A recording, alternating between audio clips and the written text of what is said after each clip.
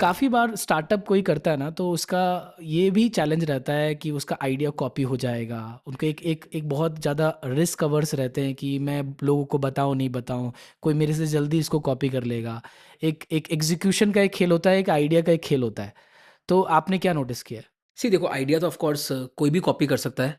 अगर आज की डेट में मुझे तो लगता है इंडिया के आधे से ज़्यादा स्टार्टअप्स ऐसे तो यूएस और बाहर की कंपनीज के आइडियाज़ की कॉपी हैं, बट वो फिर भी सबसे ज़्यादा सक्सेसफुल हैं।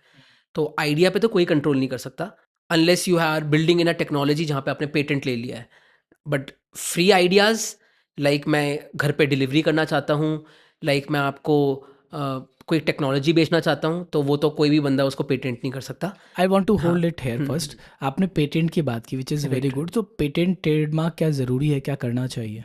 Yes yes, definitely. See, trademark is more around आपका logo mark and word mark.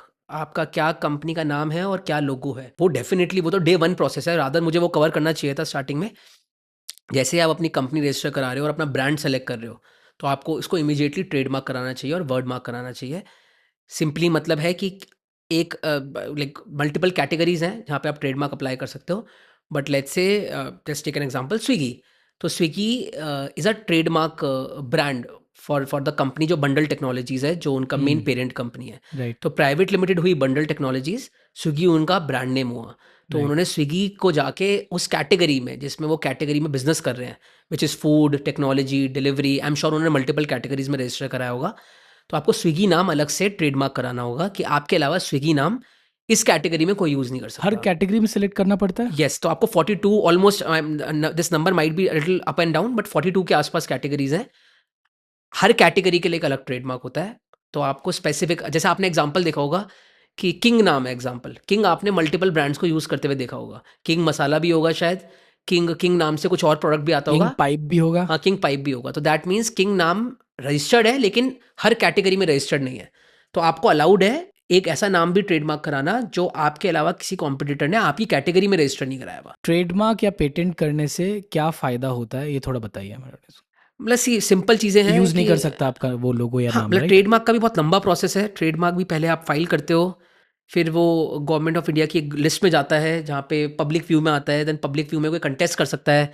ऐसा नहीं है कि आपने बोला मुझे लेट्स से नटराज नाम चाहिए, books and stationery and office office office material category में, तो आपने बस डाला और हो गया अप्रूव। पहले वो वहाँ पे रिकॉर्ड्स में जाएगा, फिर वो रिकॉर्ड्स में चेक होगा।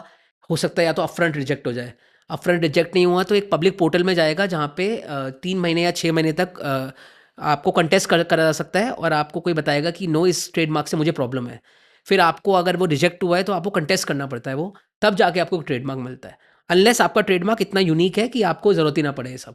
कि लेट्स से मैंने स्विगाटो नाम या कुछ बहुत ही यूनिक नाम जो पहली बार किसी ने सुना ही नहीं आज तक, वो ट्रेडमार्क करा लिया। बट इसमें बहुत सारा वो भी लॉजिक चलता है। फॉर एग्जाम्पल, आई रिमेंबर एक छोटी सी कहानी कि मेरे एरिया में एक शॉप थी, स्टार बक्श और हुँ। Something something like that, as a coffee shop.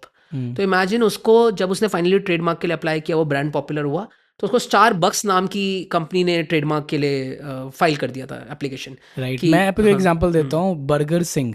हाँ हाँ, इसका यस हुआ था बहुत बड़ा केस कि यस बर्गर किंग ने उसको किया था, फाइनली यस, बर्गर सिंह ने जीता उसको, जहाँ तक या मुझे ध्यान है। Yes yes yes yes but yes, वो क्योंकि बर्गर किंग से मैच करता था, इंडिया में उसने बर्गर सिंह नाम से बनाया था। या और बहुत ही similar kind of brand design और लोगो और सब कुछ बिल्कुल था। बिल्कुल बिल्कुल बिल्कुल। तो राइट। आपको ऑफ कोर्स ये सब ध्यान रखना चाहिए। अगर आप बहुत ही, आपका बी टू सी ब्रांड है, खासकर बी टू सी से मतलब है जो कस्टमर्स जिसको ब्रांड से पहचानते हैं। आज स्विगी अपना कंपनी का नाम चेंज कर ले, तो आप इमेजिन करो loss it can have in on its revenue. Hmm. तो जब आपको नाम से ही पहचाना जाता है। या मान लो आपने ट्रेडमार्क नहीं किया और हम्म, बाद में किसी और ने आपके हाँ, आपके ब्रांड का ट्रेडमार्क कर बना सकते दिया। हैं लोग दो जनरली ऐसा। उसके भी बहुत सारे सॉल्यूशंस हैं।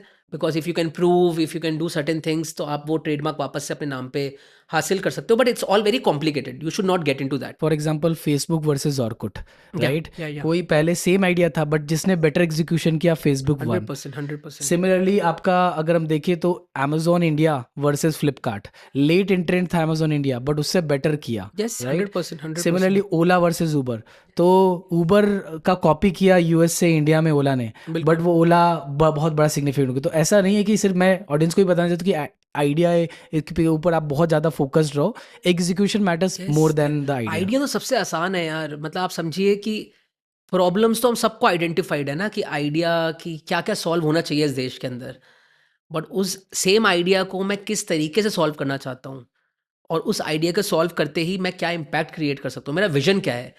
मतलब आप इमेजिन करो, आज इंडिया में अगर ओला और उबर आइडिया के तौर पे ऑलरेडी 100% सॉल्व कर रही होती चीज़ें, क्यों ही ब्लू स्मार्ट आता, क्यों ही नमा यात्री आता।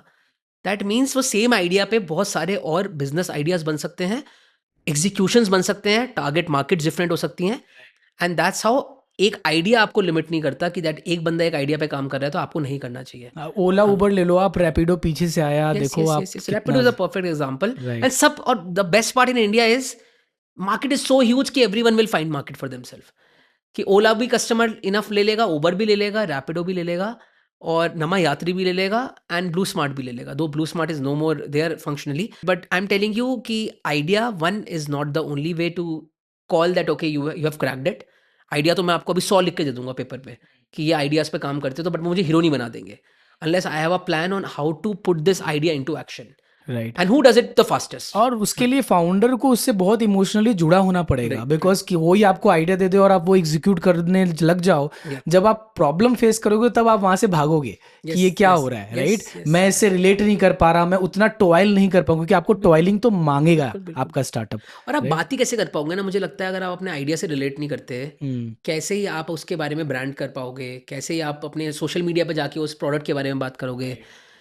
वो फाउंडर स्टोरी, मैं हमेशा लोगों को बोलता हूँ कि founder story is the biggest branding for any any any company. Right. अगर फाउंडर ही अपने प्रोडक्ट को जस्टिफाई नहीं कर पा रहा कहानी के तौर पे, तो फिर मज़ा नहीं आएगा ना। ऐसे इमेजिन करो, बहुत ही बैड एग्जांपल है, बट एक कंपनी जो जो हेयर ग्रोइंग प्रोडक्ट बना रही है और जो कह रही है कि we help you grow your hairs in 20 days, उसका founder exactly is let's say facing a problem of being a bald person, तो वो प्रोबेबली कितनी भी कहानी बोल देगा बट लोग उसका हमेशा मजाक बनाएंगे।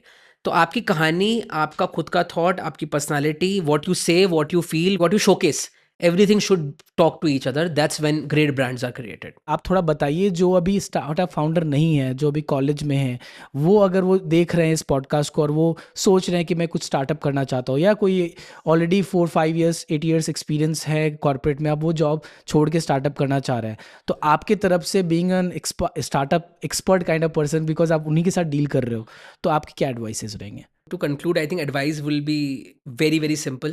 Don't get fascinated by startup ecosystem while thinking that idea alone is enough. Short-term success alone is enough. You have to have an idea on papers, very strategically thinking about it, build the right core team, understand who you can build this with, who are you building with, why are you building, for whom you are building. Keep all those things very clear. Keep this in mind that this will take time. No success in the world has ever been achieved in very short time. Keep it very clear. Then start with a thought that okay, I will make it like the biggest of the biggest business. If you are only not believing on day zero that okay, I can make it $1 billion business, then don't start. Company की clips channel को subscribe कर लीजिए, क्योंकि ऐसे बड़े बड़े episodes के बहुत छोटे छोटे बाइट साइज इनसाइट्स हम लेके आते हैं कंपनी की क्लिप्स चैनल पे। तो career guidance, mentorship, even jobs के लिए कंपनी क्लिप्स को सब्सक्राइब कीजिए।